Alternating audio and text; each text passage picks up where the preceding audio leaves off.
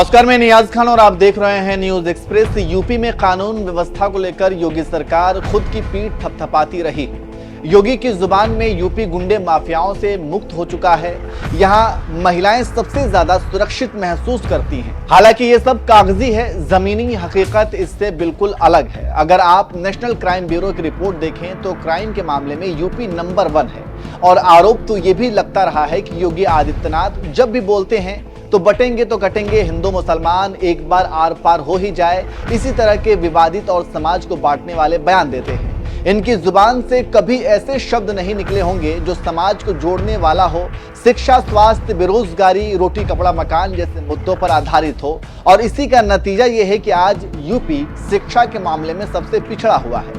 ऐसा हम नहीं कह रहे हैं, बल्कि ये आंकड़ा केंद्र सरकार द्वारा ही जारी किया गया है, जिसमें सबसे पीछे की पायदान पर यूपी खड़ा है। अब विरोधी कह रहे हैं कि जिस राज्य के सीएम की राजनीति सिर्फ हिंदू मुसलमान पर आधारित तो होगी, उसके राज्य में शिक्षा का यही हाल होगा। दरअसल संसद के शिक्षा राज्य मंत्री जयंत चौधरी ने आंध्र प्रदेश के विशाखापट्टनम से तेलुगु देशम पार्टी के सांसद मधु कुमिली श्री भारत के सवाल के जवाब में बताया कि देश भर में 11,70,000 से ज्यादा छात्र ऐसे हैं जिनका दाखिला स्कूल तक में नहीं है।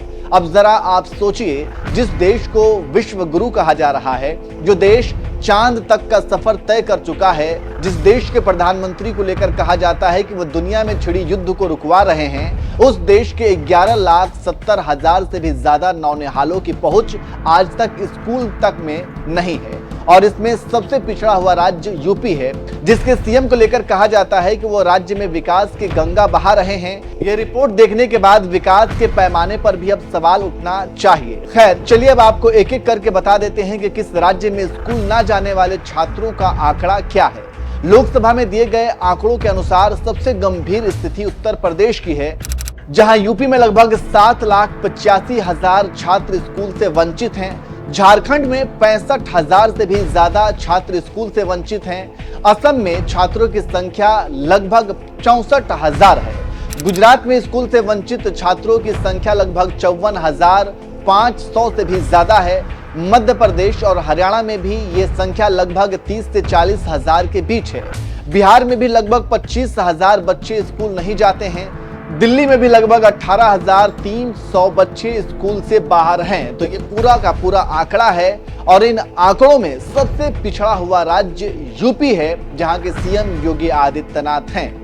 वैसे सच पूछिए तो ये देश की बहुत बड़ी विडंबना है कि शिक्षा, स्वास्थ्य जैसे मुद्दों पर बहुत कम बात होती है और ऐसे मुद्दों पर कभी टीवी डिबेट में भी बात नहीं की जाती है।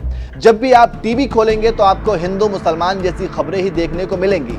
खैर, शिक्षा को लेकर ये जो आंकड़े आए हैं और इसमें यूपी सबसे पिछड़ा हुआ राज्य बताया गया है। और ये सिर्फ शिक्षा की ही बात नहीं है, इसके साथ साथ अगर स्वास्थ्य के मामले में भी यूपी की बात की जाए तो स्वास्थ्य के मामले में भी यूपी राज्य पिछड़ा हुआ है। तो इस तरीके से शिक्षा और स्वास्थ्य दोनों ही मामलों में यूपी इस तरीके से और इतना पिछड़ा हुआ है, इस पर आप क्या कहेंगे? कमेंट करके जरूर बताएं।